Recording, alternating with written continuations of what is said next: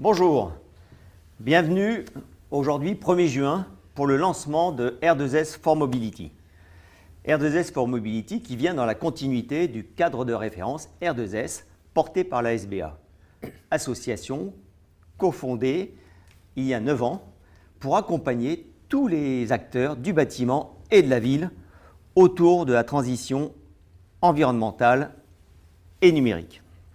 Je suis très heureux aujourd'hui d'accueillir parmi nous Sabine Desnaux, directrice exécutive R&D innovative RSE de Gecina,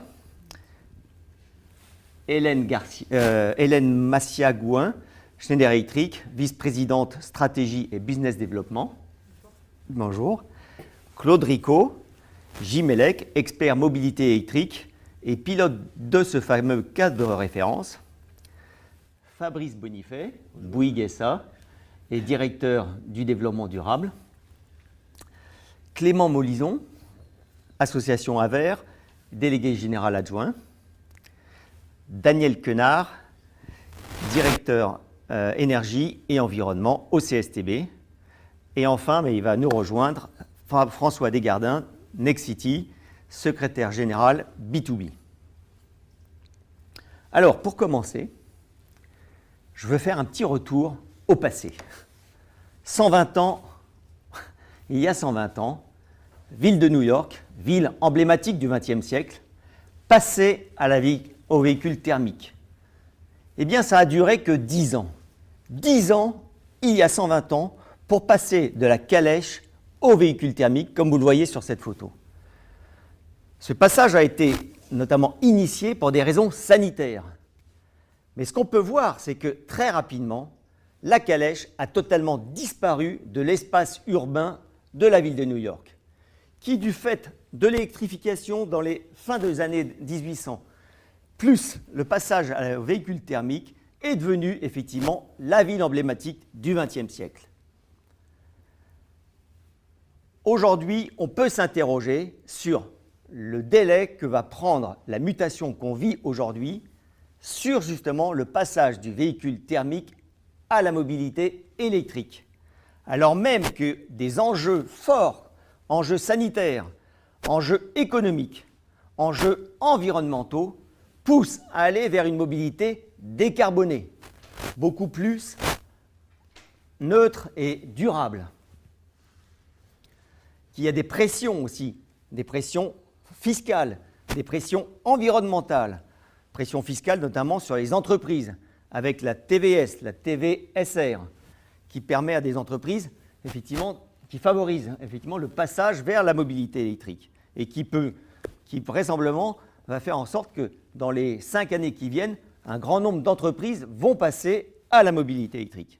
C'est également des pressions industrielles, sachant qu'effectivement, il est difficile pour les constructeurs automobiles d'avoir 2 types de mobilité compte tenu des effets de volume.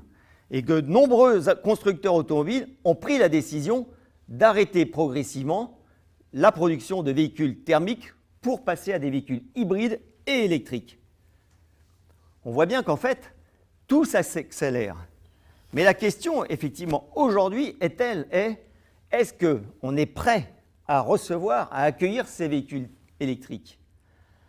D'autre part, quand on voit effectivement 1913, d'un seul coup, les véhicules thermiques sont devenus des verrues de la ville et ont occupé progressivement 50% de l'espace urbain.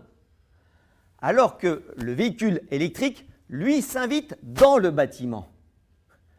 Est-ce que les infrastructures sont prêtes pour recevoir ces fameux véhicules électriques, que ce soit des voitures ou même de la multimodalité? C'est une véritable révolution qu'on vit aujourd'hui. Une révolution qui est non seulement sur repenser les bâtiments, repenser les véhicules autour du numérique pour répondre aux enjeux actuels avec une notion de partage, de service. La valeur de ces biens n'étant plus forcément liée à leur valeur intrinsèque, mais au service qu'on va en tirer. Les enjeux actuels nous poussent à repenser fondamentalement l'usage des biens, que ce soit les bâtiments ou la mobilité. Et ceci à brève échéance. C'est ce que j'appelle, moi, la troisième révolution urbaine, consécutive à la troisième révolution industrielle. On est au cœur de cette révolution. On est en 1921, 1er juin, let's go. Claude, tu es là pour porter ce cadre de référence. Eh bien, nous t'écoutons. Bien, bonjour à tous. En quelques mots, pour resituer le contexte, de quoi parle-t-on dans le cadre de référence? La problématique, comme vient de le dire Emmanuel, c'est d'adapter les infrastructures de recharge dans les bâtiments à cette mobilité électrique. Ce qu'il faut bien voir, c'est que jusqu'à présent, dans le bâtiment, le besoin, c'était d'installer quelques points de recharge, confère le droit à la prise. Un copropriétaire veut installer une borne, on veut lui permettre de le faire. Mais désormais, avec la montée en puissance, l'augmentation du parc, ce n'est plus des points isolés qu'on va devoir installer, c'est une véritable infrastructure adaptée à la recharge d'un parc massif de véhicules dans le bâtiment, en quantité et en service. Typiquement, un bâtiment doit pouvoir garantir qu'on pourra équiper 50% des places à terme. Il faut avoir le pilotage de la recharge pour maîtriser les coûts d'installation, les coûts d'exploitation, ne pas avoir besoin d'une puissance de raccordement déraisonnable, éviter aussi les points de critique vers le réseau qui, s'il est capable d'absorber des millions de véhicules en termes d'énergie produite, ne saurait pas absorber des millions de véhicules qui chargeraient à pleine puissance en même temps. Donc il va falloir piloter pour lisser cette recharge. Adapter en termes de service par l'intégration au service du bâtiment. Il va falloir donc pouvoir mutualiser l'utilisation de la puissance, la gestion interne pour allouer les coûts dans les charges, par exemple, des copropriétaires ou des utilisateurs en bâtiment tertiaire, permettre la télémaintenance pour garantir une disponibilité de services de recharge, gérer les accès, etc. Et puis même à terme, se connecter à des systèmes d'autoconsommation. Et enfin, la vision un peu plus long terme, ces services pourront aller jusqu'au fait d'utiliser les batteries des véhicules pour fournir des services au réseau, comme des services de stockage, et des services qui seront monétisés. C'est là où est aussi l'un des enjeux. Donc, qu'est-ce que c'est que cette infrastructure dont on parle?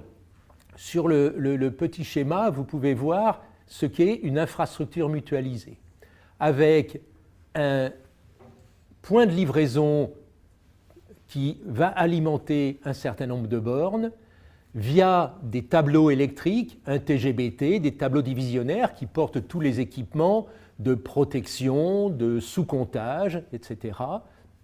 Des systèmes de communication qui vont permettre de remonter les informations depuis les bornes ou de descendre certains éléments comme du téléchargement vers les bornes et qui seront raccordés au réseau fédérateur du bâtiment. Donc on le voit, c'est plus qu'installer une simple borne ou une simple prise, c'est préparer toute une infrastructure et qui est une infrastructure communicante. Ça, c'est un point important.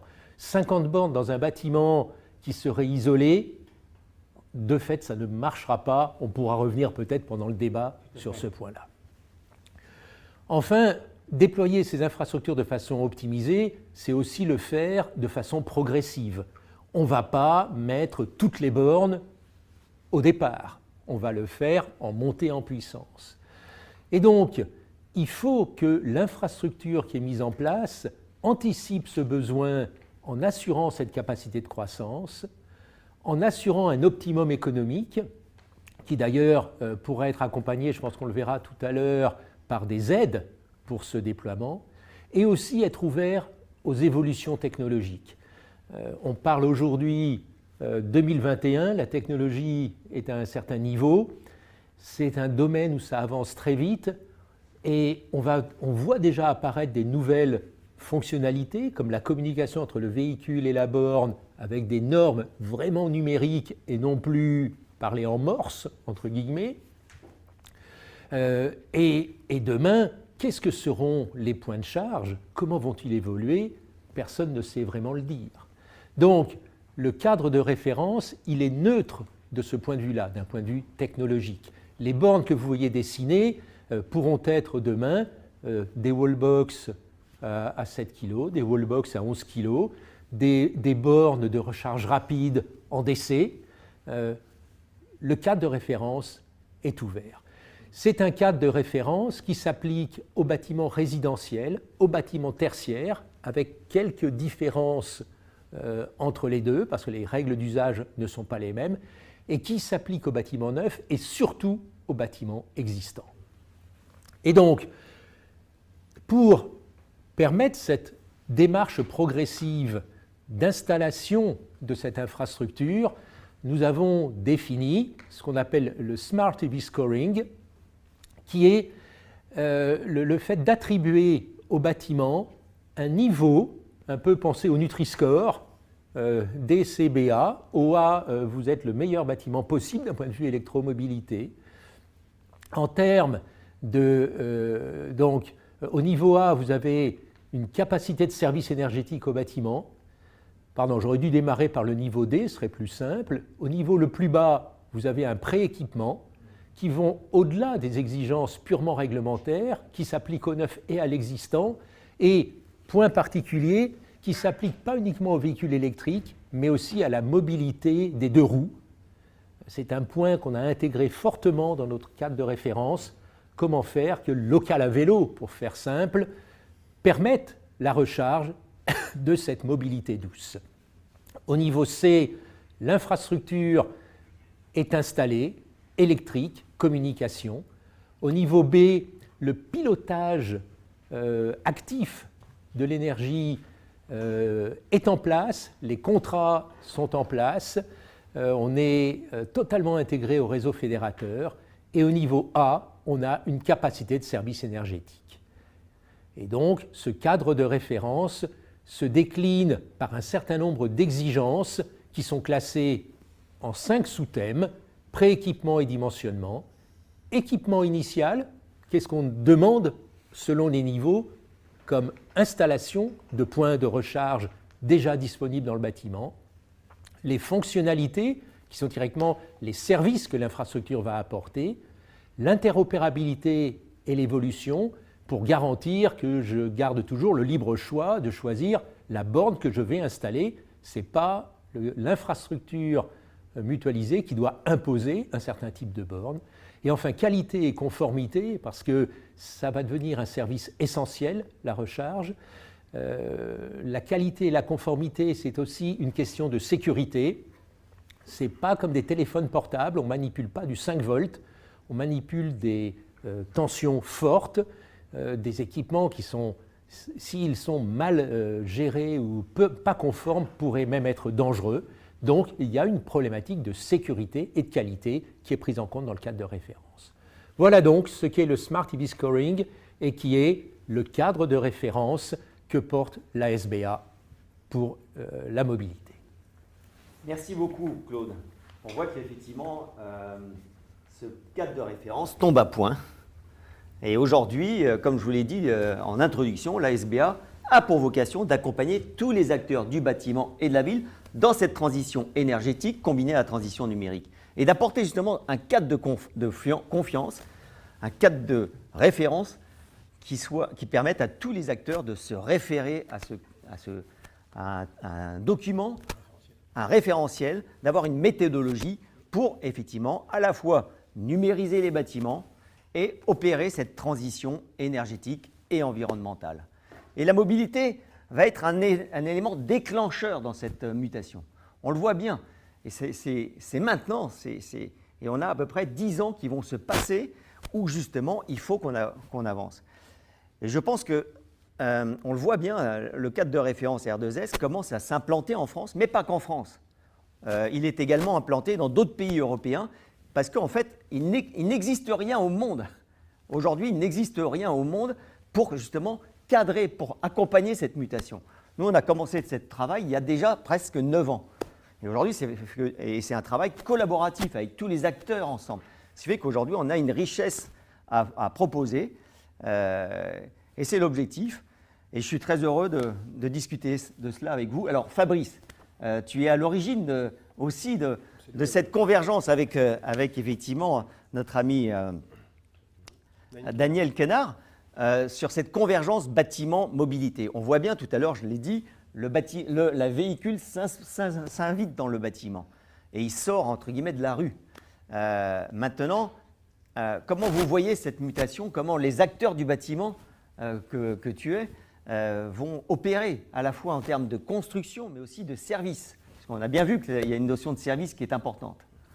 Alors ça fait longtemps qu'on discute de ce sujet, notamment avec Daniel que j'avais rencontré il y a quelques années, qui était un précurseur, parce que c'est lui qui avait déjà envisagé en fait l'aboutissement de ce que M. Rico vient de présenter brillamment. Franchement, je trouve que le travail qui a été fait est vraiment de très très grande qualité. On en avait besoin, nous les acteurs du bâtiment, et on va vraiment faire connaître maintenant ce cadre de référence en tant que donnée d'entrée de nos cahiers des charges pour nos rénovations et nos bâtiments neufs.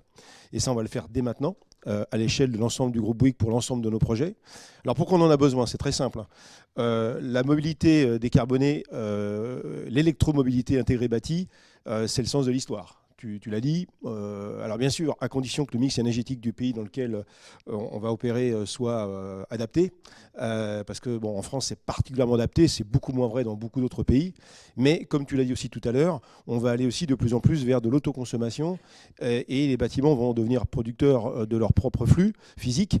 Et si ces flux physiques sont décarbonés parce qu'on aura mis du photovoltaïque en toiture par exemple, on pourrait envisager à un moment donné d'utiliser cette capacité de production pour recharger les véhicules. Et là, même dans un pays avec un mix énergétique carboné, on pourra avoir quand même une mobilité, une électromobilité décarbonée par le fait que le bâtiment va apporter cette énergie décarbonée au véhicule. Une sorte d'hybridation des réseaux électriques. Oui, c'est la notion de microgrid à l'échelle d'un îlot ou d'un bâtiment où, eh bien, sur un périmètre donné, eh bien, on pourra avoir le meilleur des mondes, c'est-à-dire une énergie décarbonée qui viendra alimenter des véhicules électriques et donc pour avoir un bilan carbone global qui sera acceptable. Alors, pour faire tout ça, on avait besoin de ce cadre de référence, parce que sinon, no way, on n'est pas capable de le faire. Il faut le faire le plus tôt possible, bien sûr, dans un projet, parce qu'une fois que le bâtiment est livré, c'est très compliqué de faire le rétrofit du bâtiment. Ça coûte plus cher. Donc, ça, c'est un énième cahier des charges. Alors, dans le bâtiment, on n'en manque pas des cahiers des charges, mais celui-là, il est complètement indispensable pour quelques raisons que je vais annoncer tout de suite, là. Premièrement, quand on fait le bilan carbone en coût carbone complet d'un bâtiment, parce qu'aujourd'hui, le nerf de la guerre, c'est la décarbonisation. Il faut décarboner absolument l'ensemble du cycle de vie du bâtiment. Et on voit bien qu'il y a 3 grands ensembles dans le bilan carbone d'un bâtiment. Il y a les matériaux entrants. Donc là, les constructeurs y travaillent depuis longtemps, avec les bétons bas carbone, avec le bois, avec les matériaux biosourcés. Bon, on progresse très bien là-dessus et il y a des solutions. Il y a ensuite la consommation d'énergie du bâtiment pendant sa durée de vie. Et pendant très très longtemps, on n'a pris en compte que ce que la norme demandait, c'est-à-dire les fonctions de confort. L'éclairage, le chauffage, le rafraîchissement. Mais on avait complètement mis de côté la mobilité qui était adossée en fait au bâtiment. C'était hors norme, c'était parce que la mobilité, alors qu'en fait, le véhicule va devenir un device du bâtiment. Ça devient un objet connecté, comme le disait Claude. Ouais. Tu disais que globalement, la consommation du véhicule va être la même consommation qu'un petit appartement. Absolument. Oui. Absolument. 2 à 3 mégawattheures par an. Et donc ça, maintenant, il faut complètement l'intégrer. C'est pas optionnel. Ce sera le cas pour tous les bâtiments. Donc je vous dis pas le boulot qu'il y a à faire, le nombre de bâtiments qui C'est pour veulent. ça que je parlais de 3e révolution industrielle. Il va falloir. Et donc, urbaine. et donc quand on va demain, la réglementation va devoir d'ailleurs être adaptée. Les bâtiments qui vont pas intégrer ça. C'est comme si quand on se pèse en mettant qu'un seul pied sur la balance, quoi. Ça n'a vraiment aucun sens. Donc il faut vraiment intégrer ce cadre de référence dans l'ensemble des bâtiments pour avoir la vérité en fait de la consommation d'énergie globale du bâtiment, donc sur les fonctions de confort et la mobilité, parce que le bilan carbone, il est global. On n'a pas le choix. On n'a pas le choix. Et les bâtiments les plus vertueux sont ceux qui vont intégrer l'électromobilité dans le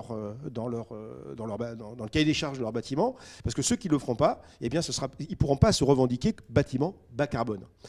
Alors un autre élément qui est important, c'est la couche service. Donc là, on voit bien, c'est technique.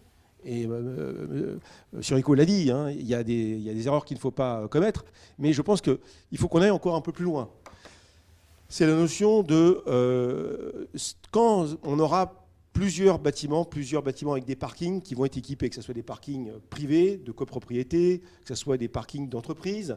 On sait très bien que la mobilité électrique, ça n'a pas été dit, elle sera de plus en plus partagée. Donc la notion de véhicule propriétaire qu'on a connu avec les véhicules thermiques, ça va continuer encore un certain temps, mais de plus en plus les entreprises, et je suis bien placé pour vous le dire, vont mettre à disposition de leurs collaborateurs des parcs de véhicules. Il n'y aura pas d'ailleurs que des véhicules, que des voitures, il y aura des scooters, il y aura des trottinettes, il y aura des vélos, et ce seront des parcs un peu comme Autolib et Vélib en outdoor, mais là ce sera indoor, donc on n'aura pas la problématique du vandalisme notamment, mais pour que ce soit intéressant pour les utilisateurs que nous sommes, il faut qu'on puisse prendre un véhicule dans un parking et qu'on puisse le laisser éventuellement dans un autre parking.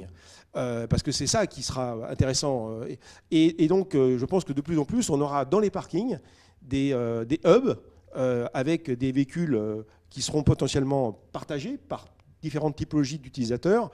Et on va avoir un maillage, en fait. Et les parkings qui vont être équipés de tout cela, ils vont passer de centre de coût à centre de profit. C'est-à-dire qu'aujourd'hui, un parking public où on paye, ça paye, ok, c'est un centre de profit, mais là, 90% des parkings privés aujourd'hui sont des centres de coût pour les maîtrises d'ouvrage. Ça coûte de l'argent, ça ne rapporte rien.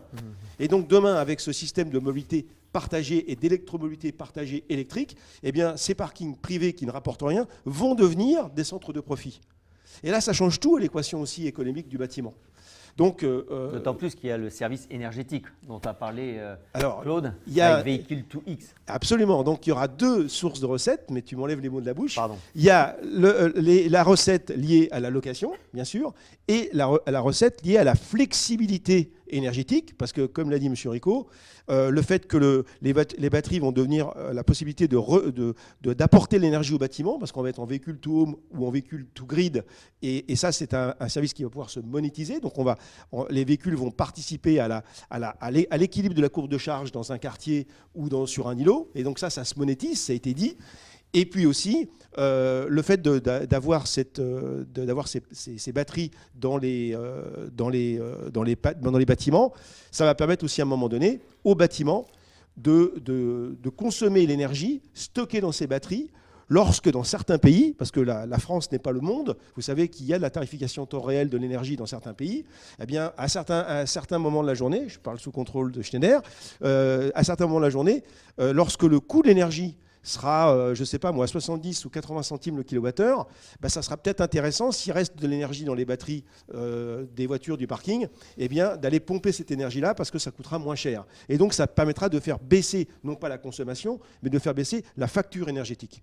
Ouais. Donc, quand vous cumulez tout ça, on se dit, bravo la SBA, bravo d'avoir fait ce cadre de référence. On en avait besoin, on en avait rêvé avec Daniel, vous l'avez fait. Maintenant, il faut le faire savoir. Je suis très, très heureux de voir Nexity, qui est un concurrent, mais je suis très, très heureux de voir Gessina, partenaire de ces projets, parce que c'est des grands acteurs du bâtiment en France, avec Bouygues, et puis bien sûr nos partenaires Schneider. Il faut que tous ces acteurs, on fasse la promotion de ce cadre de référence, qu'on le mette dans nos projets. C'est l'intérêt de la France et c'est l'intérêt de nos technologies.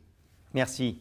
Écoute, je ne sais pas si tu t'es donné le mot avec TF1, parce que je ne sais pas si vous avez regardé le journal de 20h, le journal de 20h avec Anne-Claire Coudray et Thomas Jarion à 20h30 sur La Ville de demain. Il disait exactement ce que tu disais. Non, mais chez TF1, il m'écoute. Bien.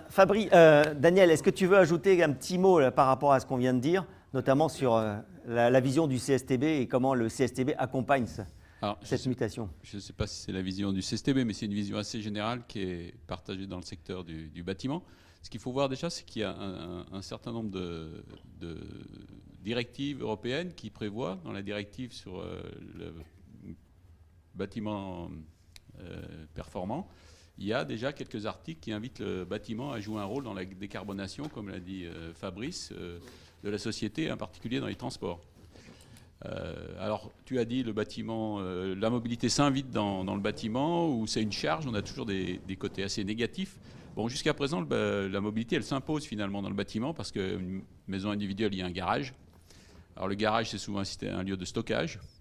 Dans certains pays, c'est un lieu d'innovation, hein, le garage. Tout commence dans le garage, mais bon. Ici, c'était ça. Dans les bâtiments collectifs, le garage, c'est quand même une contrainte très forte. Les parkings en sous-sol, finalement, définissent l'architecture du bâtiment, parce qu'on a 2 parkings, l'allée centrale, et ça fait les bâtiments qu'on voit aujourd'hui, hein, assez en bloc. Hein. Donc voilà, donc il y a déjà cette contrainte. Et l'idée, c'est de transformer cette contrainte en revenu, en avantage. Hein. Comme l'a dit Fabrice, ça va être un lieu de production, d'échange d'énergie et un lieu de service. Alors deux sortes de services, je crois, comme l'a dit très bien Fabrice, c'est les services de mobilité, hein, le fameux garage à vélo ou le hub de mobilité autopartage, et des services à la mobilité. Donc il y a la recharge avec tout ce qui a très bien décrit Claude, voire même l'entretien. On ne va plus emmener sa voiture au garage. Hein. Les garagistes vont devoir changer, hein, parce qu'ils vont peut-être faire l'entretien. Il y aura des contrats d'entretien, comme vous l'avez pour la pompe à chaleur. On vous fera aussi, qui est électrique, vous aurez aussi l'entretien de votre véhicule. Hein. Ça, c'est sûrement des choses et vous gagnerez un temps fou. Hein. Il y a des gains financiers, mais il y a aussi des gains de temps considérables dans cette vision du couplage. Parce que historiquement, déjà, vous pouvez voir que l'immobilier, ça s'est construit par la négation de la mobilité. Hein. Au départ, était la mobilité, et puis après, on s'est arrêté. Mais n'empêche que les gens qui sont dans les bâtiments, ils veulent bouger. Donc, on peut pas les empêcher. Et un déplacement, souvent, c'est aller d'un bâtiment à un autre, quasiment. Hein. Alors, un bâtiment, un lieu de résidence, un bâtiment, un lieu de détente ou autre chose, mais c'est souvent d'un bâtiment à un autre. Et donc, les bâtiments sont les meilleurs ports d'attache des véhicules. Mais pour l'instant, ils ne leur offrent aucun service. Ça, ce qui est terrible, alors que c'est plein de revenus. Et ça, c'est le paradoxe de la voiture. La voiture, c'est un équipement de mobilité qui est 95% du temps à l'arrêt et 90% du temps près d'un bâtiment ou dans un bâtiment. Donc, c'est, comme l'a dit Fabrice, c'est un équipement du bâtiment. Et avec le développement du véhicule électrique, le plus, c'est que c'est un équipement des bâtiments qui va pouvoir en plus jouer un rôle très positif pour le développement des énergies renouvelables, parce qu'on parle souvent des intermittences de production, par exemple du photovoltaïque, mais il y a une intermittence considérable de la consommation, et en particulier de la consommation de mobilité. Les véhicules ne roulent quasiment pas, et souvent, sur le lieu de travail, sont à l'arrêt, et c'est là où on peut avoir une production. Donc il y a vraiment un couplage très fort, et là, il peut y avoir que des bénéfices partagés entre cette nouvelle mobilité plutôt électrique. Alors, ce n'est pas que de la voiture électrique, ça a été très bien dit, hein. C'est toute une gamme de mobilité qui va du vélo, de la trottinette, le tricycle, la Mi One, je sais pas, Ikea va sortir une voiture que vous allez construire vous-même, jusqu'à la Tesla, si vous pouvez le permettre. Hein. Voilà, donc il y a tout ce développement qui est, à mon avis, très, très, très important. Et juste pour finir, la voiture aujourd'hui, pour un ménage, ça pèse à peu près le poids du chauffage, qui est le secteur de consommation le plus important encore dans le logement. Et demain, la voiture électrique, c'est le poids de l'eau chaude sanitaire, comme tu l'as dit. Voilà, c'est l'équivalent du ballon d'eau chaude. Et c'est à peu près assez symétrique. Hein. Un ballon d'eau chaude, vous captez de la chaleur, vous stockez dans le ballon et vous avez un service. Une voiture électrique, vous avez un capteur, vous stockez dans la batterie et ça vous rend un service de mobilité. Donc voilà, tout ça est assez cohérent et apporte une convergence qui, à mon avis, est bénéfique pour tout le monde. Et demain, aujourd'hui, j'ai vu Bouygues offre la cuisine dans son logement. Je pense qu'offrir la borne de recharge, ce n'est pas un effort considérable. Merci Daniel. Mais c'est clair que ça, c'est un sujet que Fabrice aime bien tenir, c'est que aujourd'hui, le bâtiment est utilisé que 30% de son temps et le véhicule 5% de son temps. Lorsque le véhicule n'est pas partagé. Voilà. On peut espérer qu'avec la montée en puissance du véhicule partagé, on l'a bien vu avec les expériences de véhicules partagés qu'il y a dans les villes du monde aujourd'hui, un véhicule partagé roule 5 fois plus qu'un véhicule propriétaire. Bien sûr. Et je suis persuadé qu'il va y avoir une explosion du véhicule partagé. Donc il faudra quand même lui laisser le temps de se recharger parce qu'il ne pourra pas tourner 24 heures sur 24. L'induction, ce n'est pas pour tout de suite. Mais ne serait-ce qu'une multiplication par 3 du temps d'usage des véhicules électriques, ça permettra d'abord d'améliorer sa rentabilité. Je n'ai pas mis le micro. la rentabilité du véhicule électrique qui doit rouler beaucoup, parce qu'il est encore un petit peu plus cher que le véhicule thermique. Et le fait qu'il soit partagé, c'est aussi, il ne faut pas l'oublier, bon pour le bilan carbone, parce que l'intensité d'usage, pour reprendre ta question, du véhicule, c'est la même chose que l'intensité d'usage du bâtiment. Aujourd'hui, on a des bâtiments qui sont structurellement sous-utilisés parce qu'ils sont mono-utilisateurs, donc c'est la notion de bâtiment hybride à économie positive que Bouygues a inventé. Et on a intérêt à faire transpirer les assets, comme on dit chez nous, c'est pas très élégant, mais les véhicules, il faut qu'ils soient utilisés le plus possible pour que ce soit rentable, mais il faut que les espaces du bâtiment soient utilisés le plus possible également. Et avec un bâtiment qui a des espaces qui sont utilisés le plus possible avec différentes typologies d'utilisateurs, là aussi, hein, un main user et puis des utilisateurs secondaires, eh bien, ça fait rentrer du cash dans le bâtiment, donc ça améliore son bilan d'exploitation. Parce qu'aujourd'hui, les bâtiments qui auront cette capacité d'hybridation d'usage, eh bien, amélioreront leur ROI et leur performance financière. Donc, un bâtiment qui va être équipé de R2S for Mobility, qui sera compatible avec ça, eh bien, il aura une valeur d'usage, une valeur locative. Ils vont pouvoir faire augmenter le loyer. Donc, c'est excellent pour les investisseurs, c'est excellent pour les propriétaires des bâtiments, et parce qu'on aura un service qui sera donné. Donc, tout le monde y gagne dans cette histoire. Il n'y a pas de perdant. C'est ce qu'on voit ici, c'est qu'il y avait une valeur vénale du bâtiment, statique, foncier et bâti, et désormais il y a une valeur d'usage qui est dynamique avec des services autour des usages, et c'est la vocation de R2S, et ça nécessite une autre contractualisation, d'autres cadres juridiques, parce qu'on est sur du dynamique et non pas sur du statique. C'est ce que nous, on essaye de mettre en place avec notre concept de bâtiment hybride à économie positive, ce qu'on appelle la haute qualité d'usage. Bon, la HQU, on avait dans les années 90 inventé la HQE, hein, la haute qualité environnementale. Ben maintenant, il faut bien sûr maintenir ces hautes qualités environnementales, mais maintenant la HQU, c'est la haute qualité d'usage. Et les bâtiments les plus rentables demain, hein, mais Daniel sait ça depuis des années, c'est les bâtiments qui vont apporter le plus de services possible, et de services énergétiques, de services de mobilité, qui sont les services de base, hein, dont on a besoin, en plus des commodités habituelles. Mais ce service de mobilité qui n'existait pas dans le bâtiment classique avec les véhicules thermiques, avec l'électromobilité, maintenant, le temps est arrivé. Et ça va aller très très vite, tu as raison. Je pense que même on va aller plus vite que les 10 ans il y a 120 ans, parce qu'aujourd'hui, ça paraît tellement évident. Et puis l'urgence climatique est telle, il ne nous reste vraiment plus beaucoup de jours pour décarboner. La France doit être un exemple, compte tenu de son mix énergétique très favorable. On doit en faire un avantage concurrentiel. On doit absolument accélérer ça, que ce soit pour les bâtiments neufs, mais aussi pour les bâtiments anciens, parce que l'avenir du bâtiment, et j'ose vous le dire, ça ne sera pas dans les bâtiments neufs, l'avenir du bâtiment, c'est dans la rénovation des bâtiments. D'ailleurs, à ce sujet, la Commission européenne vient de lancer un programme directement sous la direction de la présidente Madame von der Leyen, qui s'appelle New European Bauhaus. C'est comment, en fait, on va repenser les bâtiments pour l'aménagement des territoires bas carbone. Et l'ASBA fait partie de ce groupe. Alors, on parle beaucoup, mais avant de donner la parole aux professionnels qui vont nous dire comment ils vont intégrer cette mobilité, je propose qu'on ait un état de l'art avec l'AVER et avec Clément Moluzel, pardon. Où en est-on aujourd'hui et quelle perspective on a, justement, on parle de 10 ans, est-ce que vous pouvez nous donner un petit peu le déroulé des prochaines années et comment, justement, comment ça va passer, et puis quel sera en fait le break-even point, c'est-à-dire le moment où, comme l'a dit Claude, on sera contraint d'avoir ce pilotage énergétique. Je pense qu'on y est déjà, et je souscris entièrement à ce qui a été dit juste avant. La mobilité électrique, aujourd'hui, c'est la principale solution de décarbonation des transports, et donc il faut voir comment on peut l'intégrer, et l'intégrer en particulier dans les bâtiments. Pour donner un ordre d'idée, 2019, c'est 3% de part de marché. 2020, on est déjà à 10% de part de marché. Et les perspectives, déjà pour 2025, c'est autour de 20%. Et l'État lui-même s'est posé un certain nombre de jalons. Fin d'année prochaine, 1 million de véhicules en circulation. On est à mi-chemin, on est un peu plus de 550 000. 2025, environ 5 millions. Et 2035, 14 millions. Et dans les perspectives des constructeurs, on est dans ces ordres dealers. Donc il faut accueillir ces véhicules qui arrivent et qui sont déjà là. Et on a parlé brièvement de droit à la prise, et c'est une problématique, une fois qu'on a son véhicule, qu'est-ce qu'on fait si on ne peut pas le recharger chez soi? Parce qu'aujourd'hui, 90% des recharges, elles se font à domicile ou au travail. Donc pour l'essentiel de ces personnes, des utilisateurs des 500 000 et quelques véhicules électriques et hybrides rechargeables, il faut savoir où se recharger.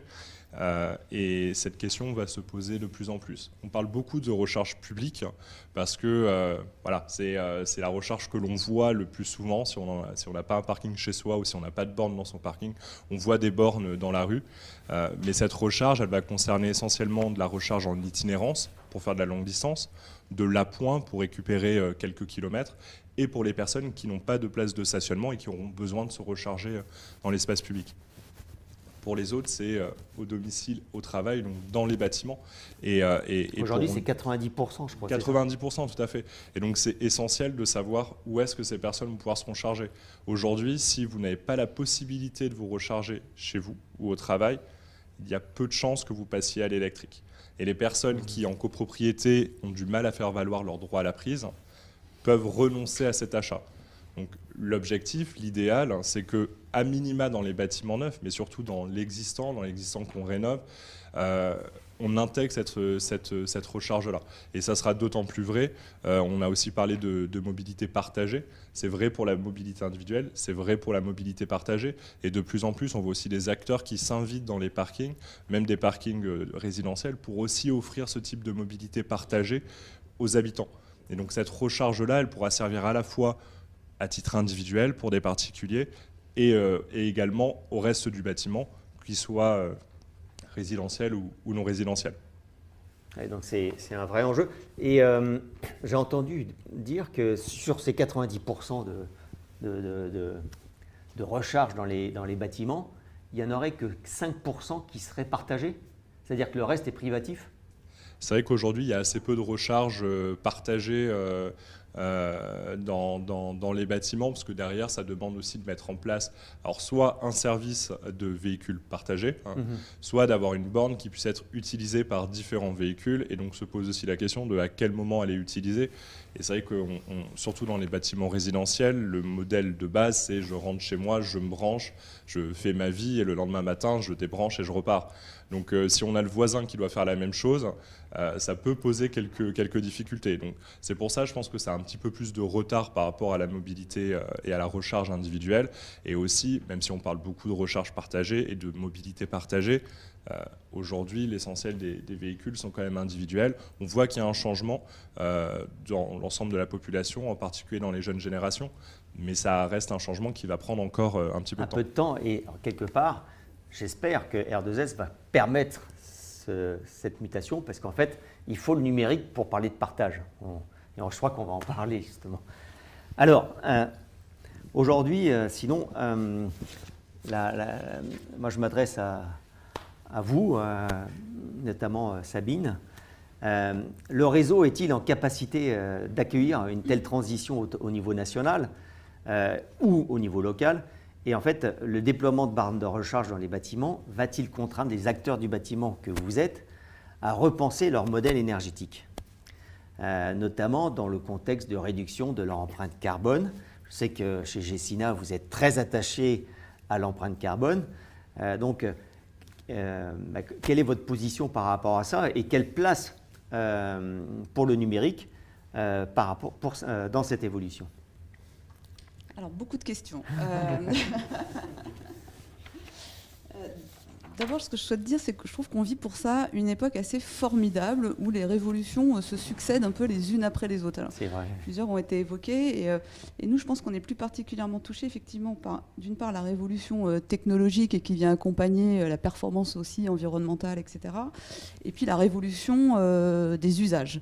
Et effectivement, quand on est dans l'immobilier, on travaille vraiment sur ces deux thématiques, parce qu'en même temps, il va falloir qu'on aille intégrer le bon niveau de performance, d'ailleurs technologique ou pas technologique, parce qu'il y a aussi beaucoup de débats sur tout ce qui tourne autour du low-tech, donc il y a ce juste équilibre à trouver avec quelle est la technologie utile et qui va notamment accompagner les usages, le fait que nous sommes d'abord des producteurs de lieux de vie, en réalité. Et il y a souvent eu ce débat entre le produit, effectivement, et les usages.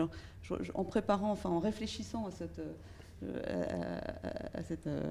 table ronde, je me rappelais, parce que moi j'ai travaillé pendant 12 ans chez Renault avant d'être dans l'immobilier, donc j'ai une petite culture de l'automobile, et à l'époque, c'était sous Louis Schweitzer, quand on avait lancé le produit qui était la produit Dacia, le cahier des charges, c'était un véhicule à 5 000 €, enfin voilà, c'était le cahier des charges le plus court de l'histoire, je pense. Et au fond, en discutant avec les chefs de projet, ils me disaient, on est en train d'inventer la voiture de ceux qui n'aiment pas la voiture, quoi. Enfin, c'est-à-dire qu'à l'époque, c'était un vrai signe extérieur de statut, finalement, le choix du véhicule. Et puis d'un coup, on est en train de réfléchir à ce qui devenait un objet de mobilité. Et je trouve que c'est intéressant culturellement, parce que je pense qu'on ne pourrait pas en arriver là où on en est aujourd'hui, c'est-à-dire à travailler uniquement sur les usages sans s'être détaché à un moment donné du produit. Et je pense que Fabrice disait, c'est dans le sens de l'histoire, c'est dans le sens de l'histoire de la technologie, c'est dans le sens de l'histoire de nos transformations culturelles dans nos rapports à l'usage. Alors ensuite, effectivement, comme je le disais, on vit de toutes les manières, j'allais dire, mobilité ou pas mobilité, les acteurs de l'immobilier sont en train de vivre une révolution au terme de l'énergie. De toutes les manières, on est en train de réinterroger ça, qui peut d'ailleurs être en lien avec le secteur de l'automobile, parce qu'il y a des expériences, notamment avec Bouygues Energy Service, sur la récupération de batteries de véhicules électriques pour en faire des batteries stationnaires, quoi, dans les immeubles.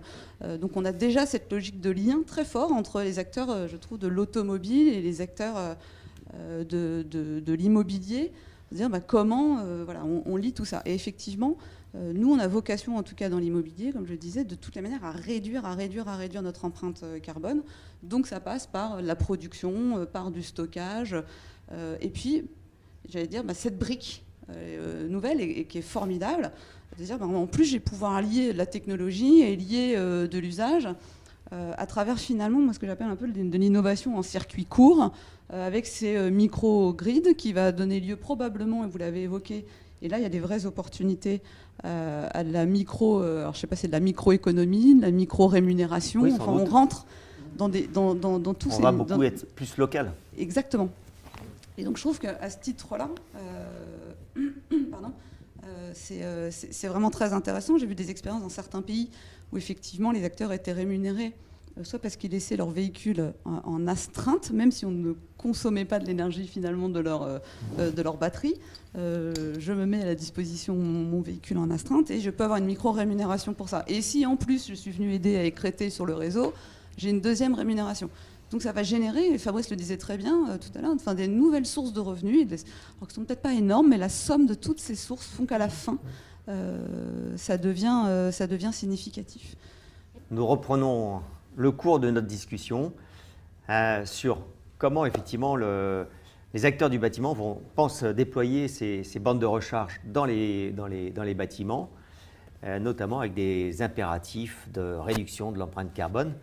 Et donc Sabine Desnaux de Gecina, vous étiez en train de nous expliquer comment justement un groupe comme Gecina prend cette problématique à bras-le-corps en repensant notamment les usages du bâtiment autour de cette évolution de la mobilité. Oui, je crois qu'il nous appartient réellement de repenser complètement les usages. On a parlé notamment de la mobilité partagée, mais qui s'accompagne des parkings partagés aussi, parce qu'on va avoir des bornes partagées. Donc il faut qu'on arrive à organiser le système autour de ça. Et puis, si on pense au temps suivant, je pense que vont arriver également les véhicules autonomes. Donc là, si on se projette encore, alors je ne sais pas si c'est 5 ans, 10 ans, 25 ans, et là, en effet, on sera probablement face à des objets de mobilité qui tourneront en permanence, sauf au moment où ils viendront se recharger. Il faudra bien trouver ces lieux aussi pour... donc il va falloir qu'on ouvre aussi nos parkings, qu'on trouve les modèles économiques qui vont permettre d'accueillir ces véhicules autonomes. D'ailleurs, que ce soit... Parce qu'on parle souvent du transport de personnes, mais aussi pour du transport de marchandises. Donc bref, il y a une révolution qui s'opère dans tous les sens et nous n'avons pas d'autre choix que de nous organiser pour répondre à ces nouveaux besoins d'usage. Et à ce propos, vous parliez on ouvre les parkings, on ouvre effectivement les bâtiments. la SBA lance, je l'annonce à tout le monde, lance un nouveau groupe de travail sur Digital Access. C'est-à-dire comment, en fait, on va pouvoir partager ces accès, mais de manière sécurisée, dans les bâtiments et dans la ville. Accès aux bandes de recharge, accès au parking, accès aux espaces de travail, accès aux espaces de living. Et c'est un vrai sujet. On ne peut pas avoir des accès qui soient silotés. Il faut qu'il y ait cette interopérabilité des accès, mais on sait très bien que là, il faut une vraie sécurité. Donc c'est un sujet clé. Et des acteurs comme Continental, qui sont vraiment des acteurs qui maîtrisent cette notion de l'accès dans l'automobile, s'invitent dans le bâtiment et veulent porter ce groupe de travail. Alors, François, je vous pose aussi cette question. Là, c'est comment un acteur comme Nexity vient porter cette mutation. Sur la sécurité des accès et la mobilité dans les bâtiments, là, on en est totalement convaincu. On vient d'ailleurs de monter une entreprise qui va se dédier à cette activité-là, qui s'appelle Flex Access. Parce qu'effectivement, on en a beaucoup parlé, mais je pense que l'immobilier, de par son nom premier, qui est d'être immobile, effectivement, est un anachronisme de ce qu'est l'homme, qui en réalité, lui, est un nomade. Finalement, il s'est sédentarisé avec son besoin de culture et de cultiver, mais au départ, sa nature profonde, c'est bien d'être en mouvement. Dans nos bâtiments aujourd'hui, que ce soit des bâtiments tertiaires ou les bâtiments résidentiels, finalement, on a créé des murs, on a créé des portes, et donc on a besoin de réouvrir tout ça. Et je pense qu'il va falloir le faire avec des outils qui permettront justement d'utiliser l'identité numérique et de faciliter les accès. Et cette flexibilisation, elle va créer des nouvelles valeurs. Alors ces nouvelles valeurs, ça va être des espaces partagés qui vont être facturés à l'usage. Je vais vous donner un exemple. Dans l'éco-living aujourd'hui, on travaille avec Maryse Lagnon, par exemple, à faire des laveries dans lesquelles, avec un badge, on va entrer dans la laverie et on sera facturé fin de mois de l'usage de cette laverie. Plutôt que d'avoir sa machine à laver chez soi. On pourra avoir la même chose avec des salles de sport. Et bien évidemment, pour revenir au sujet du jour, on aura la même chose avec tout ce qui est mobilité. Mobilité dans les sous-sols, mobilité sur les toits. Je vais vous faire sourire, mais moi je suis dans un groupe de travail avec La Poste, mais avec Airbus, Safran et Thales, où on réfléchit demain à comment on pourra utiliser les toits des immeubles pour faire de la livraison par drone en milieu urbain. Il y a beaucoup de sujets qui ont trait à la sécurité et effectivement rendre impossible le détournement des drones par des terroristes ou des choses comme ça. Mais en tout cas, ce bâtiment, dont on a tous beaucoup parlé aujourd'hui, il va avoir des nouveaux espaces de monétisation dans toutes les parties communes. Pendant longtemps, finalement, la partie commune du bâtiment, que ce soit le toit, le sous-sol, le parking, les couloirs, a été abandonnée. Alors même si elle était commune, mais il n'empêche qu'elle n'était pas créatrice de valeur. En réalité, c'est des endroits dans lesquels on se croise tous. Parce que là où je vous verrai dans mon immeuble résidentiel, c'est dans le hall, c'est pas dans les étages. Là où je vais vous croiser demain dans mon immeuble bureau, c'est souvent dans le parking, c'est dans les halls. Donc dans tous ces endroits-là, il faut qu'on aille recréer de la valeur. Et cette valeur, effectivement, c'est finalement la mise en œuvre de la structure numérique et énergétique du bâtiment qui va le rendre possible. Alors je dis bien numérique et énergétique, même si les deux sont très liés, bien sûr, mais il faut du numérique pour pouvoir mettre de l'objet connecté, et puis il faut de l'énergie pour pouvoir faire fonctionner l'ensemble. Donc il y a aujourd'hui un certain nombre d'acteurs qui émergent et qui permettent notamment dans le même tuyau de faire les deux en même temps. Nous, on a typique investi dans une entreprise qui s'appelle EnergyIP, qui permet dans le même câble de passer du numérique et du courant fort. Mais de manière générale, on va voir émerger énormément d'acteurs. Aujourd'hui, dans la PropTech, on voit des nouvelles startups qui se créent tous les jours. La question de fond, c'était justement d'avoir des référentiels pour pouvoir avancer ensemble. Le problème qu'on a aujourd'hui, et alors moi j'ai fait 15 ans dans la fonction publique, 4 à Bercy, 10 à la ville de Paris, donc c'est des sujets que j'ai aussi beaucoup abordés avec cette casquette publique. Il faut qu'on arrive à rassurer les investisseurs. Et que ces investisseurs soient des institutionnels privés, des grandes foncières ou des opérateurs publics, ils ont besoin de savoir où ils vont. Et nous, les promoteurs, c'est la même chose. Au final, on ne fait que ce que le futur propriétaire nous a demandé de construire pour lui.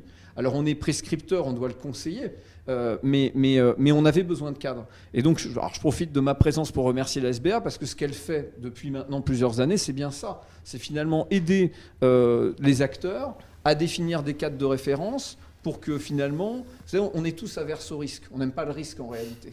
parce que on a tous des tableurs Excel très bien formatés pour créer de la valeur, et donc dès qu'il faut commencer à bouger les lignes dans nos tableurs Excel, on est un peu mal à l'aise.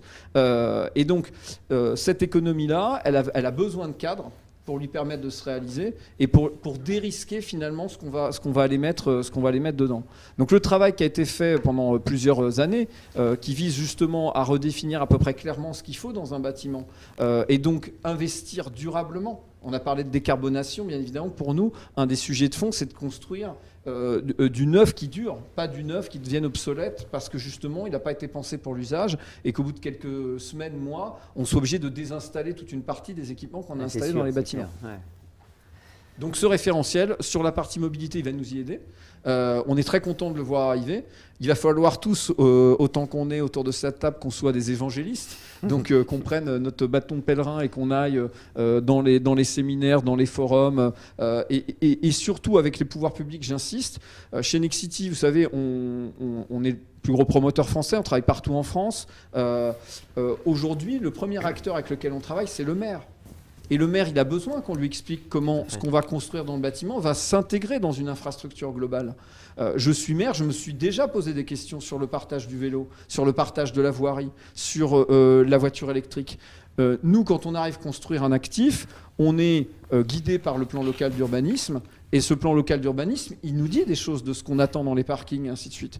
Avec ces référentiels-là, on va pouvoir aussi aller discuter avec ces élus, les rassurer sur le fait qu'il y a une base de travail et qu'elle est partagée, qu'elle a été faite, je répète, par des acteurs très différents qui viennent autant du monde de l'énergie, je répète, que des grandes foncières, que des bailleurs sociaux, que des aménageurs, que des promoteurs comme nous, et que finalement c'est une des directions dans laquelle il faut qu'on aille ensemble, en ayant un peu plus l'assurance aujourd'hui que cette vision elle est partagée. Merci François. Hélène, est-ce que vous pouvez nous donner la vision de l'équipementier qu'est Schneider Electric par rapport à cette mutation et comment vous appréhendez à la fois cette convergence énergie numérique autour des véhicules électriques? Oui, alors effectivement, il y a beaucoup de choses qui ont déjà été dites, mais il y a deux messages peut-être complémentaires. Le premier, c'est que je voudrais réinsister sur l'arme secrète. C'est un peu comme dans Koh-Lanta, quoi. L'arme secrète derrière tout ça, c'est quand même le digital, enfin le numérique. Historiquement, j'allais dire, on avait l'histoire du ballon d'eau chaude chez nous, avec le ballon d'eau chaude qui se met en marche quand on ne prend pas la douche, en gros. Là, on est face à une révolution où, quelque part, l'usage de la voiture doit être à disposition du consommateur. Et en fait, les usages sont divers et variés. Donc, on l'a dit, on a d'une part ce 95% du temps le véhicule qui est dans le bâtiment, mais dans le 5% du temps restant, l'usage doit être parfait. Et donc, pour ça, on a besoin quelque part d'un système, pas complexe, mais en tout cas d'un système, un bon système pour que la charge se fasse au bon moment, etc. Donc ça, c'est la première chose global. Un système global, exactement. Qui intègre que ce soit l'ensemble des équipements du bâtiment. Exactement. Pas uniquement les bandes de recharge. Et qui intègre l'ensemble des enjeux aussi. C'est-à-dire l'enjeu on a parlé du système électrique, dans 40 TWh en 2035, donc 8% de la consommation, et on sait très bien que le réseau peut l'absorber. La question, c'est la question du pic, et on sait que 95% du temps, on peut très bien lisser ce pic, mais c'est une question aussi d'usage derrière. Quand est-ce qu'on va utiliser notre voiture? Donc pratiquement, on s'imagine, la personne va utiliser sa voiture, va arriver à son bureau le matin à 8h30, 9h30. Bon, si on l'installe, qu'on charge tout de suite, toutes les voitures vont charger en même temps. Donc il y a juste une question basique qui est comment on lisse ça.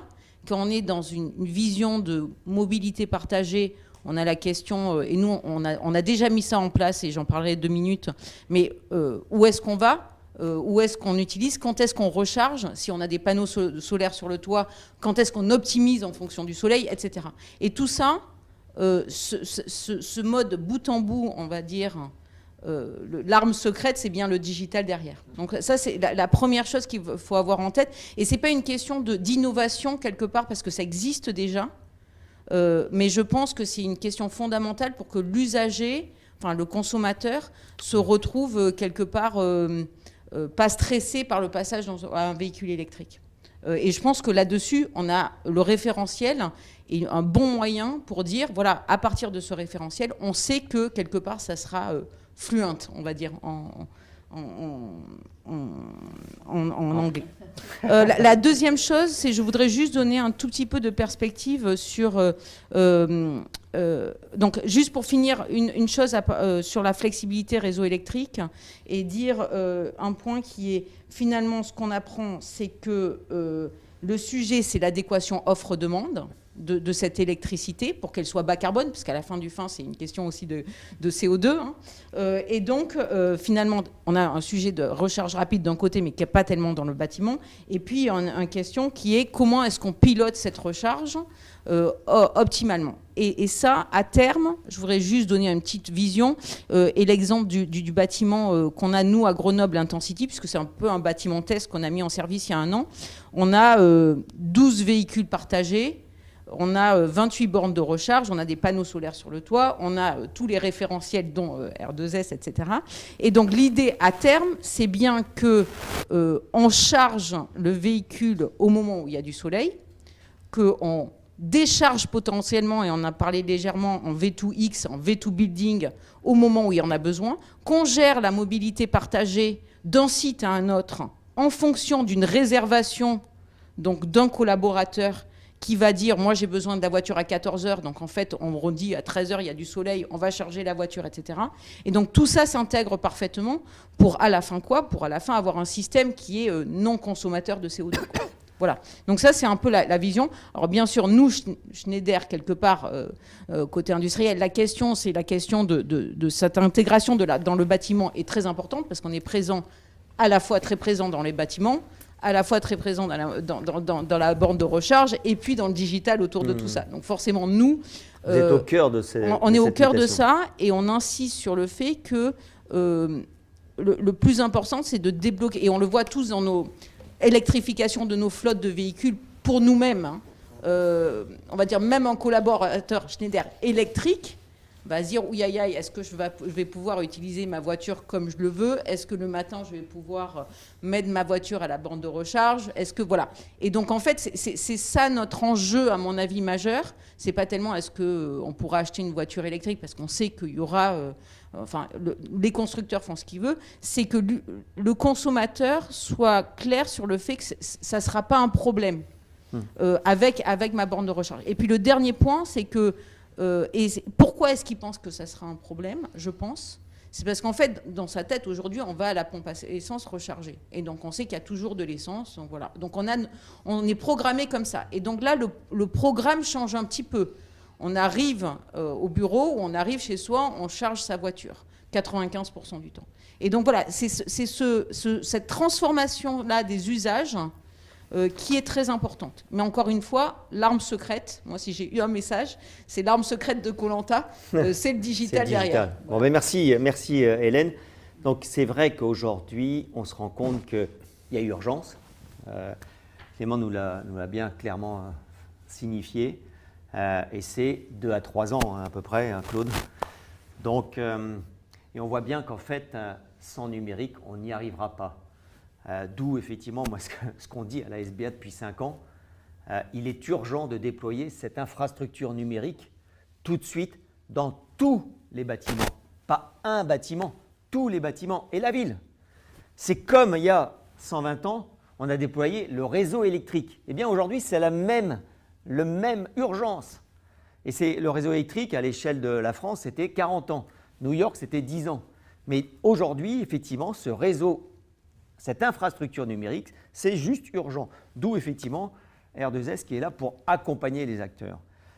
Et on voit bien qu'en fait, même tout puissants que certains puissent être, ils ne pourront pas, certains opérateurs énergétiques ou informatiques ou que sais-je, gérer à eux seuls ces complexités, notamment sur l'énergie. On le voit bien, c'est un sujet qui est majeur. Ce n'est pas avec un compteur qu'on va pouvoir gérer ou des compteurs déployés sur l'échelle de l'ensemble du territoire qu'on pourra gérer l'effaçage, l'effacement et le pilotage énergétique du fait qu'il y aura des multiplications de réseaux et de production énergétique et de stockage énergétique.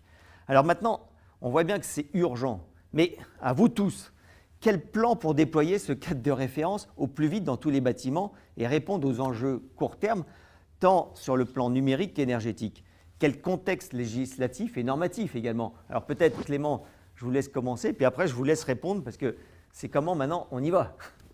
Oui, tout à fait. Et disons que là, ce contexte législatif, réglementaire, normatif, c'est la base. C'est qu'est-ce qu'il faut que je fasse pour être à minima dans les clous de mes obligations. Et au niveau de la recharge, c'est vrai qu'on a un contexte qui est en émulation depuis, particulièrement depuis 2 ans, en fait, depuis la loi d'orientation des mobilités, à la fois sur les questions de prééquipement et donc de notre transposition de la directive performance énergétique des bâtiments. Donc comment on prééquipe les bâtiments neufs et qu'on les équipe aussi, et les bâtiments qui sont rénovés, d'une part. Tout un tas de sujets autour de la recharge, comment on recharge, quelles sont les obligations qui sont adossées à ça. On a un texte qui est très important, qui est une révision d'un décret de janvier 2017, qui est la bible en fait de la mobilité électrique. C'est le point de départ de la recharge en France, qui date au final que de 2017, donc c'est assez récent, qui vient d'être révisé. Et pour les bâtiments, ça implique aussi d'avoir potentiellement des attestations de conformité, de prévoir des études de conception. Il y a un certain nombre d'obligations qui sont attachées à ça. Et c'est vrai que pour les acteurs, on sait que ça crée à la fois de l'attente, en attendant effectivement que les textes sortent, et donc parfois un peu des projets qui peuvent être reportés. Et une fois qu'ils sont sortis, peut-être un emballement de maintenant qu'on a ça, comment on le déploie, comment on fait en sorte qu'on puisse tenir ses objectifs. Et je pense qu'un référentiel comme celui que propose la SBA, l'idée c'est encore d'aller plus loin et de voir comment à partir de cette base-là on peut construire toute une architecture qui va au-delà de ce que certains feront comme étant le minimum. Claude. Oui, tout à fait. François ? Alors, je pense qu'il y a 2 choses. Nous, aujourd'hui, on dit à un certain nombre d'opérateurs qui vont rentrer dans le bâtiment qu'il va falloir que ce soit gratuit. Alors, je suis désolé, ce que je dis, c'est un peu horrible. Mais en fait, je pense que nos clients, ce qu'ils attendent, c'est qu'on vienne poser des infrastructures qui soient financées par ceux qui produisent de l'énergie ou ceux qui vont vivre en fait des revenus de cette énergie. Et la réalité, c'est que depuis 1 an, ça y est, ils arrivent. On les voit arriver. C'est-à-dire que pendant longtemps, quand moi je construisais un immeuble, ce qu'on me demandait, c'était de payer l'installation de la borne de recharge. Et ça me posait un problème parce que ça venait soit attaquer ma marge, soit attaquer le rendement du propriétaire. Et donc, si on parle un peu d'argent, clairement, ça nous posait tous un petit sujet. Là, on commence à voir, et c'est en partie grâce au plan de relance, un certain nombre d'opérateurs qui viennent nous voir en disant non, je capte tout gratuit, je prends tout en charge. Et effectivement, je me rembourserai sur la consommation. Donc ça va être des débats qui vont s'ouvrir. Il y a des grands opérateurs qui sont en train d'arriver, avec beaucoup d'argent. Pour une partie, ils sont français. Il y a des anciens opérateurs historiques des énergies fossiles qui s'intéressent aussi à ces sujets-là, bien sûr. Donc ça va aussi permettre peut-être de lever un peu le frein économique global à cette transformation. Après, il y a le fait de rassurer effectivement les populations que nous sommes tous, on en a très bien parlé, ça a été très très justement dit, sur le fait que, bien évidemment, prendre un véhicule électrique, c'est pas un frein à la mobilité, justement, parce qu'il y a de quoi se recharger partout. Et là encore, on travaille aujourd'hui avec au moins 3 acteurs différents sur l'installation de réseaux de bornes de recharge à l'échelon national, un peu comme ont été pensées les stations-service.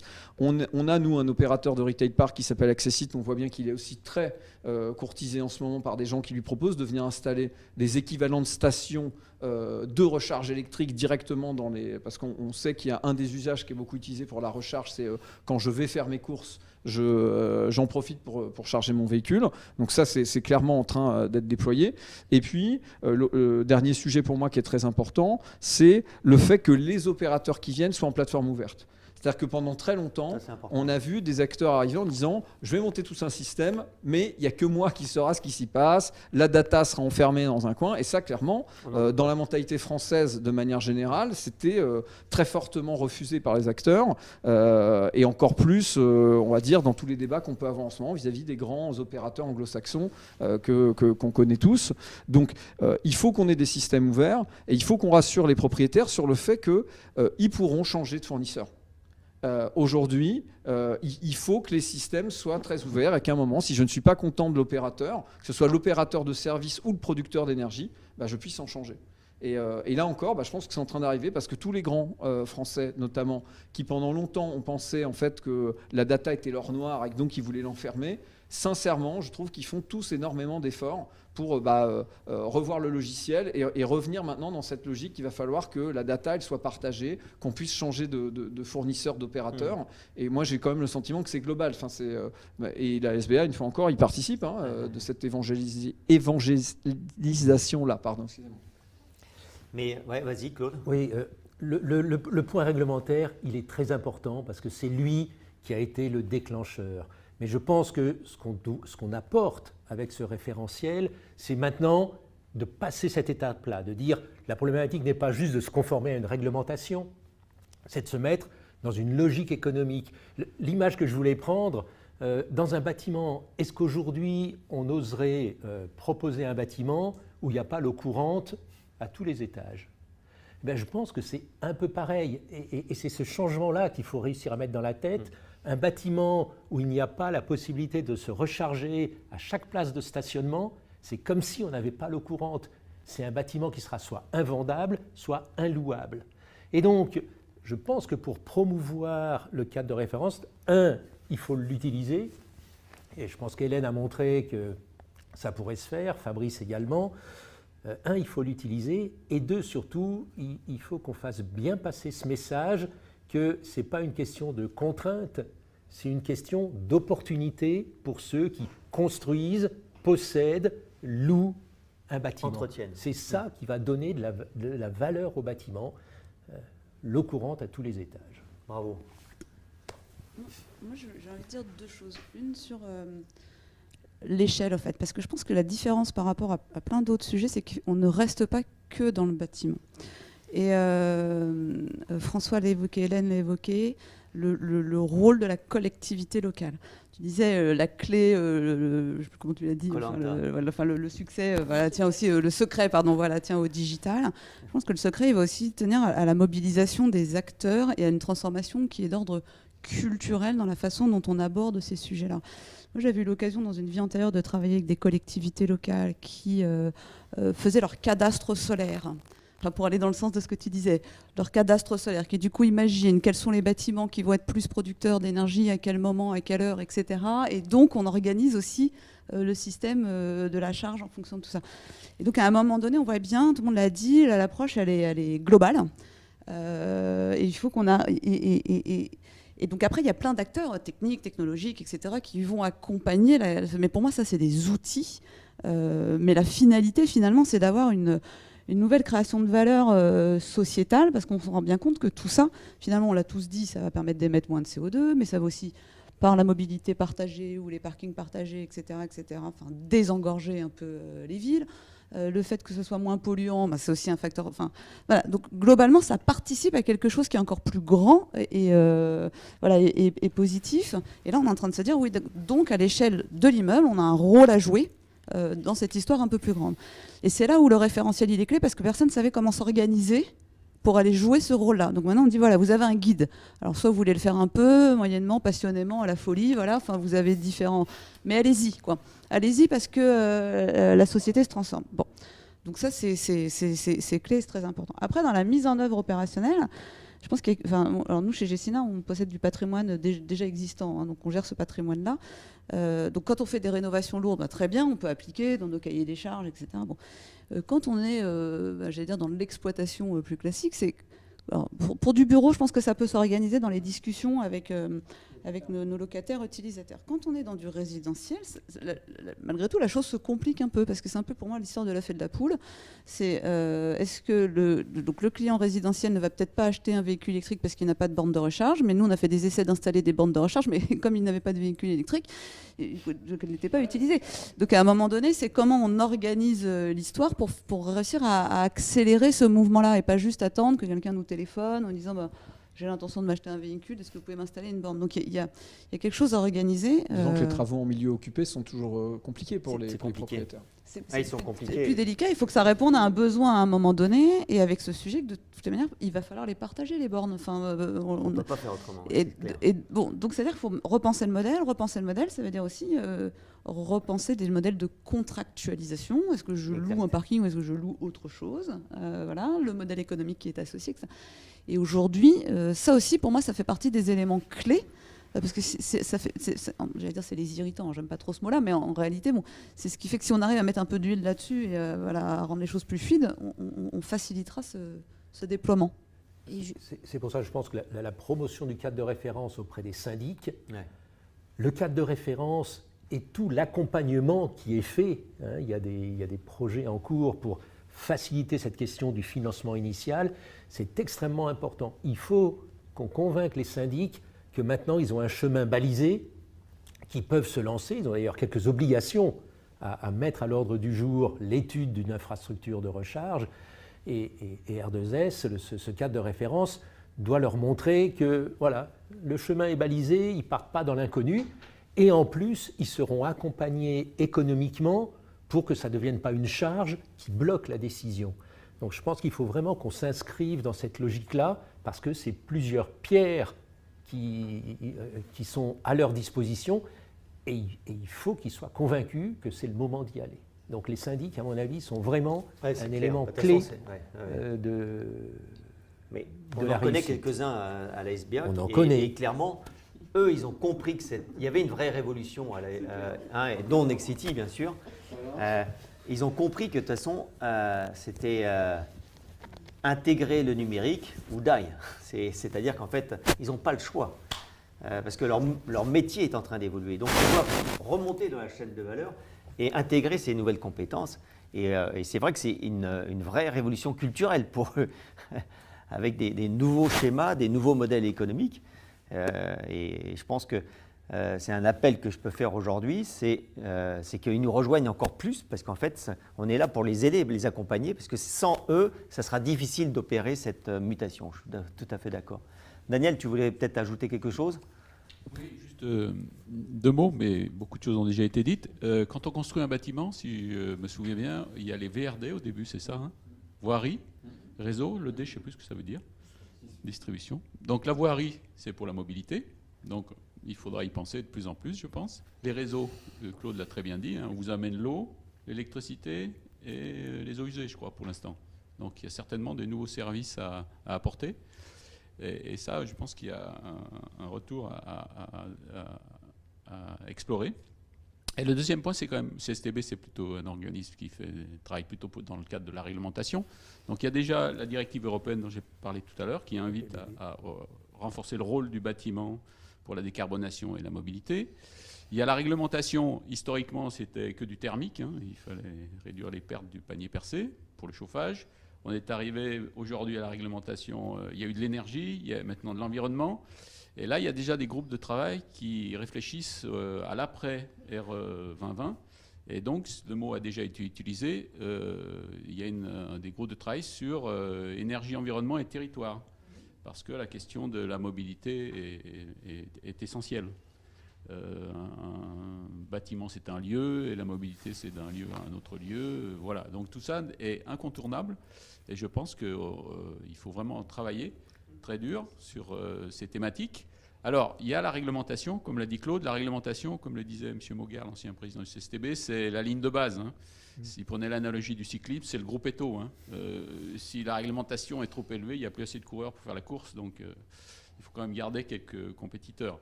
Mais rien n'empêche d'avoir des récompenses à ceux qui sont les pionniers. Il y a le maillot jaune, il y a le maillot à pois, il y a le maillot vert. Demain, il y aura donc le maillot SBA, EV Scoring pour, le Smart EV Scoring pour le bâtiment. Voilà, c'est un peu ça. Et tout ça, ces labels tirent un peu la réglementation. Voilà. Et donc, on espère que ça va marcher. Il faut le souhaiter, il faut le souhaiter. On approche de la fin. Je pense qu'il y a un sujet dont on a parlé. Bon, on a bien vu que le numérique est au centre de cette mutation, mais le numérique induit des nouveaux modèles économiques et ça induit de nouveaux métiers aussi.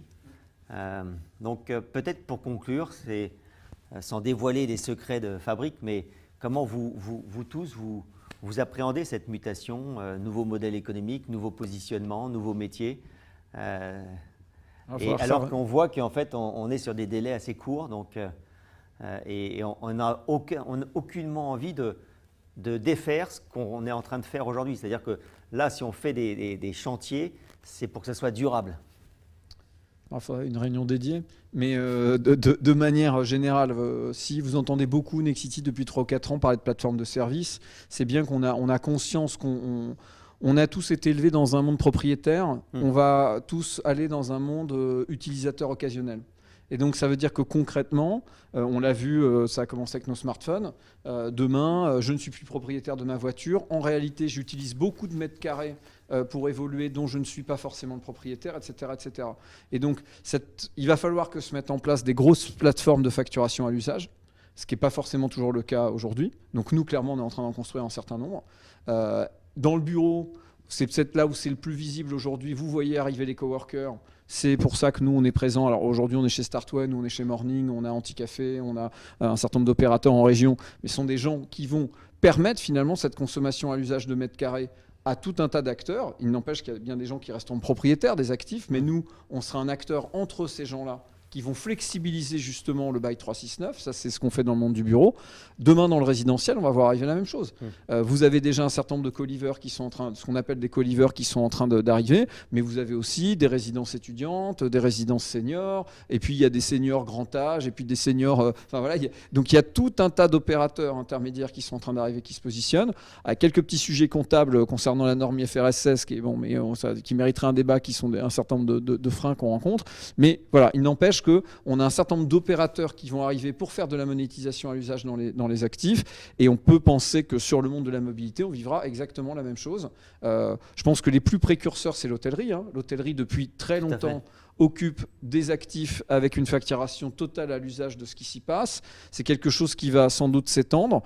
Est-ce que c'est bien ou est-ce que c'est pas bien ? À mon sens, c'est ni bien ni pas bien. On verra aussi tout un tas de moteurs qui se mettront en place pour justement optimiser le prix et faire que le consommateur s'y retrouve quelque part. Je répète, on va voir arriver la même chose dans le monde de la mobilité. Ça a déjà démarré sur l'opérabilité dans les parkings. On a tout un tas de startups aujourd'hui qui essayent quand même d'optimiser le rendement des parkings en facilitant les entrées-sorties.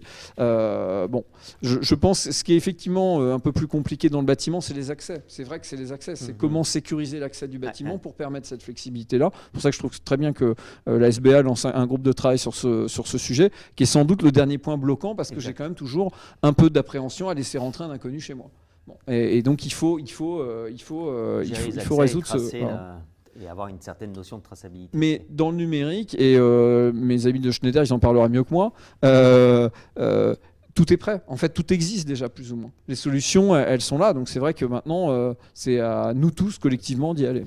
Mais est-ce qu'un acteur comme Nexity, potentiellement, parce que là, tu parles de plateforme de facturation à l'usage, donc c'est usage autour du bâtiment, mais est-ce que ça pourrait aller jusqu'à la mobilité ?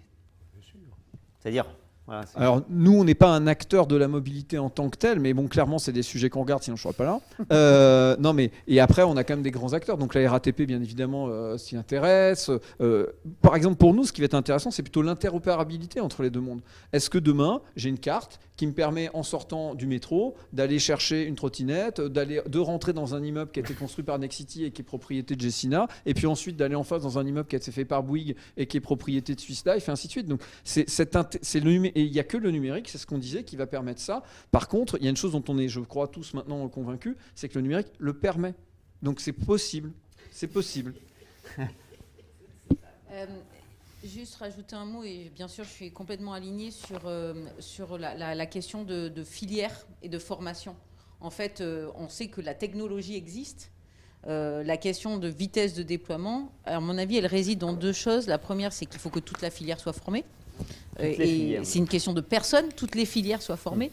Ça, c'est une question de personnes et de formation. Et ça, c'est ce qui prend le plus de temps dans une révolution, dans une transformation. Donc, je pense que là-dessus, il y a beaucoup à faire. Et c'est pour ça aussi qu'avoir un référentiel, savoir où on va, etc., est aussi une façon d'accélérer la filière. Et puis, la deuxième chose, c'est que dans toutes ces révolutions où il y a des évolutions dans la chaîne de valeur, le business model, on parle beaucoup de la borne de recharge. c'est ce qu'on voit, hein, et puis de la charge. Et puis en fait, derrière, bon, il y a plein de choses, mais on ne sait pas trop ce qui s'y passe, quoi. Et donc, d'où les plateformes ouvertes, etc. Mais d'où aussi tous ces nouveaux business models qui se créent. On peut en citer un qui est basiquement comment est-ce qu'on rémunère la flexibilité ou l'effacement. Mais il y a plein d'autres business models dans les parkings, etc. Et tout ça, c'est des business models de services à l'usage, etc., qui sont fondamentaux dans le business économique dont on parlait juste avant, et qu'on perçoit tous, mais dont on ne connaît pas, je pense, complètement où est-ce qu'on finira le jeu, quoi. Oui. Où est-ce que ça finira. Mais en tout cas, ce qui est sûr, c'est que toute cette partie plateforme, open, etc., sera là où se joueront, bien sûr, les flux économiques de demain, quoi. Voilà. Alors, c'est clair, pour répondre à la première remarque, Hélène, la SBA a lancé la SBA Academy. On en est juste au début, mais on a fait des modules de formation déjà sur quatre axes, notamment R2S, aussi l'intelligence artificielle. Et effectivement, il faut qu'on en fasse un sur R2S for Mobility. Mais c'est juste un exemple, mais on est conscient qu'il faut qu'on y aille, c'est sûr. Maintenant, effectivement, le champ est devant nous. Sabine, vous vouliez dire quelque chose? Oui, c'était juste pour témoigner également sur la façon dont on engage les choses chez Gecina. Toute cette révolution des usages, finalement, nous, on l'a portée à travers le lancement de nouvelles marques, qui sont les marques YouFirst. C'est-à-dire que avant YouFirst, quelque part, on était des loueurs de mètres carrés. Après YouFirst, on est une société qui vient proposer des expériences de vie sur des lieux de vie, voilà, que ce soit pour des clients résidentiels ou des clients bureaux. Donc ça veut dire que derrière, on vient implémenter avec toute une politique servicielle.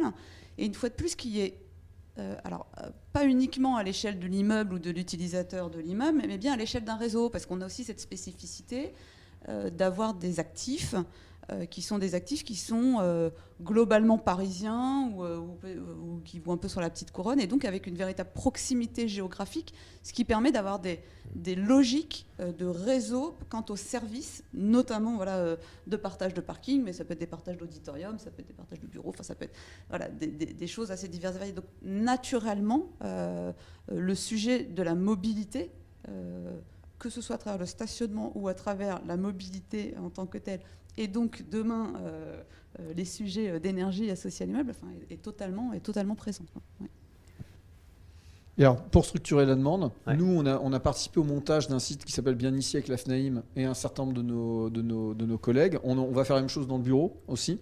On avait un actif qui s'appelle Bureau à partager, qu'on est en train de transformer, on présentera la nouvelle version au marché. L'objectif, une fois encore, c'est de créer des plateformes qui vont structurer l'arrivée de la demande, parce que le problème ensuite, c'est justement de dire à tout le monde, la demande existe, elle est là, voilà, vous avez maintenant tous ces actifs qui sont disponibles. Je répète, là on est chez Startway, en face il y a un WeWork, à côté il y a tout le monde est en train d'arriver, toutes les foncières sont en train de pivoter effectivement et de créer leur expérience utilisateur, parce qu'elles veulent pouvoir garantir une qualité d'expérience dans leurs actifs. Et là encore, il y a vraiment une accélération très forte. Il y a 3 ans, on y réfléchissait, mais ça ne se mettait pas en œuvre. Là, aujourd'hui, on le voit, tout le monde est en train de partir là-dessus, et cette expérience, elle va ramener à l'usage. Et donc, elle va ramener à finalement, qu'est-ce qui différencie mon actif à moi des autres? Et donc, j'ai envie de dire, on va commencer un peu la course à la qualité dans les actifs, dans un contexte où, par ailleurs, bien évidemment, la crise Covid a interrogé sur l'usage de ces actifs. C'est clair. Et donc là, on peut quand même espérer voir arriver justement ces offres de services intégrées, où finalement, j'ai envie de dire que le meilleur gagne, celui qui aura la meilleure expérience utilisateur, on peut penser qu'il remportera le marché. Parce que c'est chez lui qu'iront, vous, moi, pour aller travailler ou pour aller vivre ou pour aller, parce qu'on aura la meilleure expérience. Juste revenir et clôturer la boucle avec d'autres démarrages sur le CO2, parce que ça reste quand même aussi la bataille de nous tous. Rappeler, parce que je crois qu'on ne l'a pas fait au début, mais que bâtiment plus mobilité, c'est plus de 50% du CO2 en France. Ouais. Et on sait que l'électrification, c'est quand même le moyen numéro 1, en particulier, et Fabrice l'a dit au départ, dans un pays où l'électricité est décarbonée. Et donc, bien sûr, il y a les enjeux d'usage, de confort, de compétitivité du bâtiment, etc., et de la mobilité.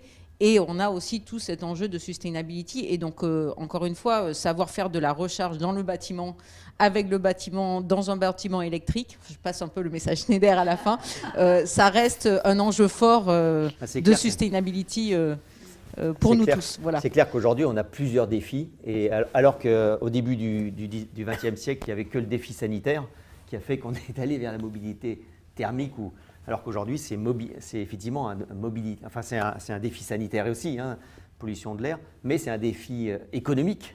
Et puis, c'est un défi environnemental qui nous touche tous. Donc, effectivement, c'est pour ça que je pense que ça va aller beaucoup plus vite, tous. Je pense qu'on peut dire que ça va aller vite. Et c'est pour ça qu'il faut être prêt. Merci, je crois c'est le mot de la fin. Et puis, on pourrait parler des heures, mais ça sera prochainement. Merci pour cette audience et puis à très bientôt. Et une fois de plus, l'avenir est devant nous autour de R2S et de la mobilité électrique. Merci.